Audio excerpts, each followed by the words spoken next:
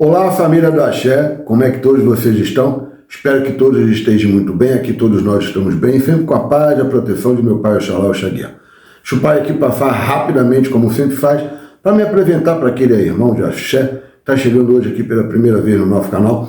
Seja muito bem-vindo, me chamo Pai Marcelo de Oxalá, tá?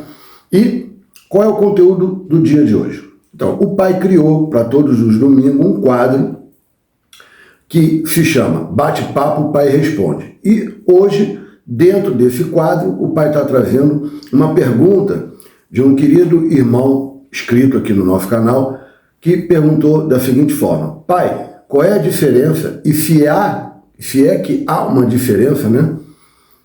Mas se tiver uma diferença, você poderia explicar entre o ponto riscado na Umbanda e o ponto riscado na Quimbanda? Vamos lá? É sobre esse assunto que nós vamos conversar assim que o pai chamar a vinheta, ok? Então, que entre a vinheta.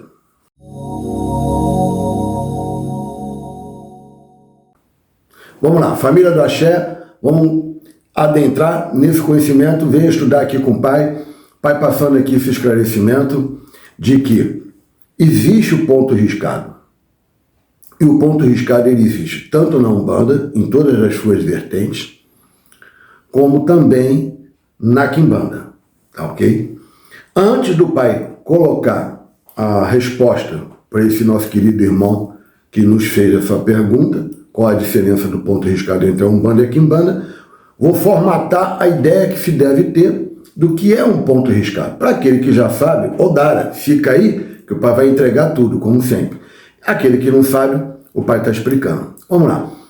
Então, o ponto riscado é principal relação de importância e fundamento não só na Umbanda, como também na Quimbanda. Na verdade, é um fundamento que traz uma grande relação entre a entidade, tá, e os seus pontos de trabalho, tá ok? Com a própria leitura, que é uma leitura importante, que o responsável pela casa, o Tata, né, ou o dirigente da casa, tem que ter sempre o pai de santo, ou o zelador de santo, como vocês queiram chamar, tanto na Umbanda quanto na Quimbanda, possa estar sempre atento na leitura do ponto riscado daquela entidade. Mas o médium também tem que ter essa importância, porque é no ponto riscado que traz e indica da onde aquela entidade vem, né? Da onde ele pertence, tá? Também aonde ele pode estar transitando, quais são os reinos, tá? O reino de atuação dele próprio, o ponto de força dele próprio, o ponto de atuação dele próprio, mas também aqueles que ele pode estar trafegando, ok? Também quais são os agrupamentos, os povos que aquela entidade pertence. Traz também o seu tipo de trabalho, tá? E até mesmo um tipo de comando, caso ele tenha, dependendo da egrégora que ele esteja, tá? Se ele é comandado ou se ele tem comando naquele grupamento, naquele povo, naquele povo ali que ele pertence, naquele agrupamento, ok? Naquela egrégora. Isso que é importante a gente entender. Tá? Então, aqui é um fundamento bem simplificado do que é um ponto riscado. Tanto na Umbanda quanto na Quimbanda não tem diferença. A ideia é essa. Agora, como é que se faz esse ponto riscado? Tá ok. Você pode fazer, geralmente se usa pemba, né? E as pembas mais utilizadas são as pembas das cores branca, preta e vermelha. Isso na Quimbanda. Já na Umbanda se usa outras cores também, como azul, amarelo, verde e outras mais, tá? Mas também pode ser feito através do giz, simplesmente usando o giz, em vez de usar a pemba. Essa é a ideia que devemos ter. Também temos, dentro de Quimbanda, aí já não é de Umbanda, agora aqui já está descascando a pergunta, tá? Já dentro de Quimbanda temos a ideia que esse ponto riscado ele pode ser feito inclusive por sal grosso, tá?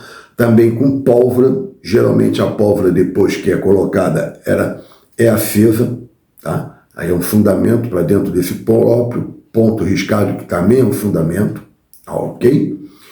Também pode-se usar alguns tipos de bebidas, que são geralmente destiladas, tá bom?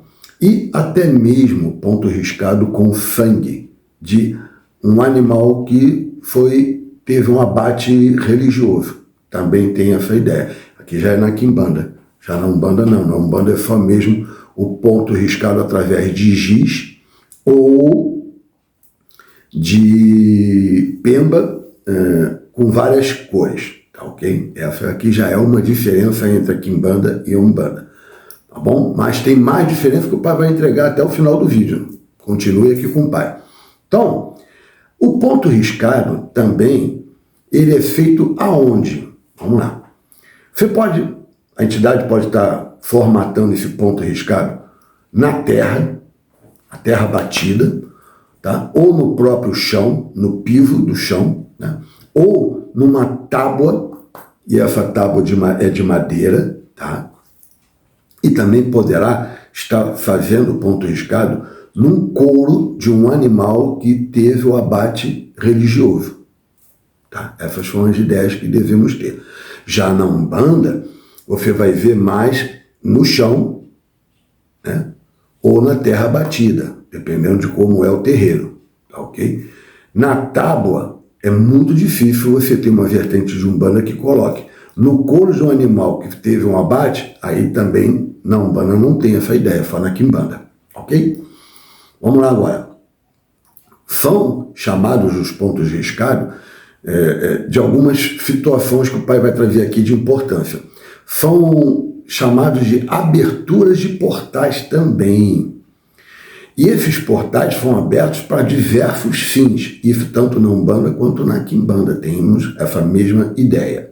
Esses portais estão sempre sendo abertos para o plano astral, espiritual, né? E o plano físico.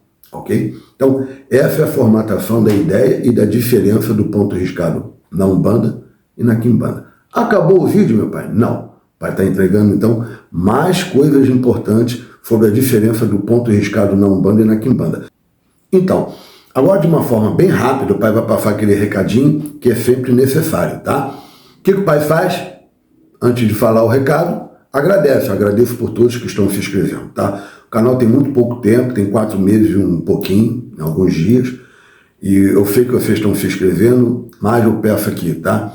Encarecidamente para que vocês possam estar nos ajudando a nos manter aqui no ar no YouTube. É de suma importância que vocês assistem o vídeo até o final, deixe aquele seu joinha, aquele like, que é fundamental, compartilhe esse vídeo com seus amigos de axé, seus irmãos de axé, tá ok?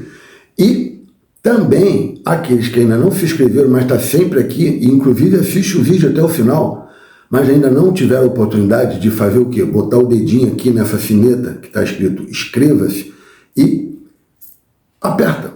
E vem fazer parte dessa grande família que só está crescendo, devagarzinho, mas está crescendo. Precisamos que cresçam cada vez mais para que o pai consiga trazer mais e mais conteúdos para vocês de estudo. E além disso, o pai está cheio de projetos, inclusive com mini cursos gratuitos que o pai quer colocar o mais logo possível, mas eu prefiro que o canal cresça, tá bom? Então, vamos nos ajudar, vamos fazer essa corrente aí de união para o canal crescer, tá? O pai também está lá no Instagram, tá? Como é que você acha o pai e segue o pai no Instagram? Tá escrito lá assim, ó, Nosso Sagrado Axé, tudo em letra minúscula e tudo junto, tá? E no Facebook, você acha o pai e segue o pai através do Babá Marcelo de Oxalá. Então, o pai não falou que o recado era rápido? Vamos voltar para o conteúdo. Então, é importante também entender que o fundamento do ponto riscado, além de todas essas importâncias apontadas aqui no vídeo, temos também uma formatação de que o ponto riscado é chamado de sigilo da própria entidade, ou então só sigilo. Ponto. A entidade riscou o ponto, pronto, ela fez o sigilo dela. Tá? é tratada e chamada de sigilo da entidade ou apenas sigilo, ou também de selo. Tá? Em algumas casas de axé você vai encontrar essa palavra. É o selo. Tá? Para quê? Para que possamos ter certeza de que aquela entidade está ali realmente presente, é aquela mesmo. Então, além de outros fatores que a própria entidade indica para demonstrar, para aquelas pessoas que estão ali fazendo parte dos trabalhos daquela casa, entenda que é ele. Então, ele sempre deixa algumas dicas, né? Você tem um ponto riscado, que é um deles, né? Para você identificar que é aquela mesma entidade mesmo, né? Você também tem alguns apontamentos que eles passam por cambono, por cambonê, né? Para aquela pessoa que está ali auxiliando e ajudando, né? Ou para o próprio dirigente do terreiro, né? Ele sempre está formatando. Tem algumas entidades que ponto chegam, já chegam com o ponto, que é um outro ponto, que é o ponto cantado. Também é um ponto, é chamado ponto cantado. É o ponto da entidade, ele chega já cantando o ponto dele, para demonstrar que foi eu mesmo. Tem outros que já não chegam com o ponto, cantando o ponto dele, mas ele pede para que quando ele esteja chegando na incorporação com o médium, para fazer os trabalhos, ele já sempre comenta de que, olha, eu gosto desse ponto, então eu gosto de chegar com esse ponto. Então, vai todo mundo cantar aquele ponto, porque sabe que é o ponto que aquela entidade gosta de chegar, ela vai chegar, geralmente ela pede para continuar cantando aquele ponto, ou até pede um outro ponto, que é um ponto de trabalho. Quando ele vai começar a trabalhar, eu quero esse ponto. E quando ele vai subir, né, quando termina, encerra os trabalhos dele, geralmente ele pede um outro ponto, ou ele mesmo canta o ponto. Então isso tudo vai formatar a ideia de que a pessoa percebe nitidamente, fora outras situações de fundamentos, que aquela entidade é aquela mesma. E o ponto riscado também faz parte como sigilo da própria entidade. Ok? Além disso, qual é a diferença que o pai aqui acha que é a maior diferença de todas essas que a gente já citou aqui em todo o percurso do vídeo, do ponto riscado entre a Umbanda e a Quimbanda? Vamos lá. Na Umbanda, além de tudo isso que o pai já falou, você tem que ter a ideia de que o ponto riscado daquele caboclo, ou daquele preto velho, ou daquele baiano, tem uma formatação de falange, de falangeiro, de algum orixá que ele trabalha naquela linha. Okay? Na Umbanda você tem muito isso.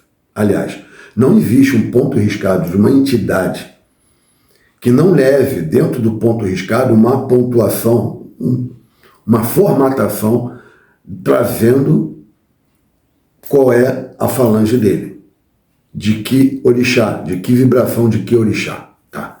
Então, isso na Umbanda.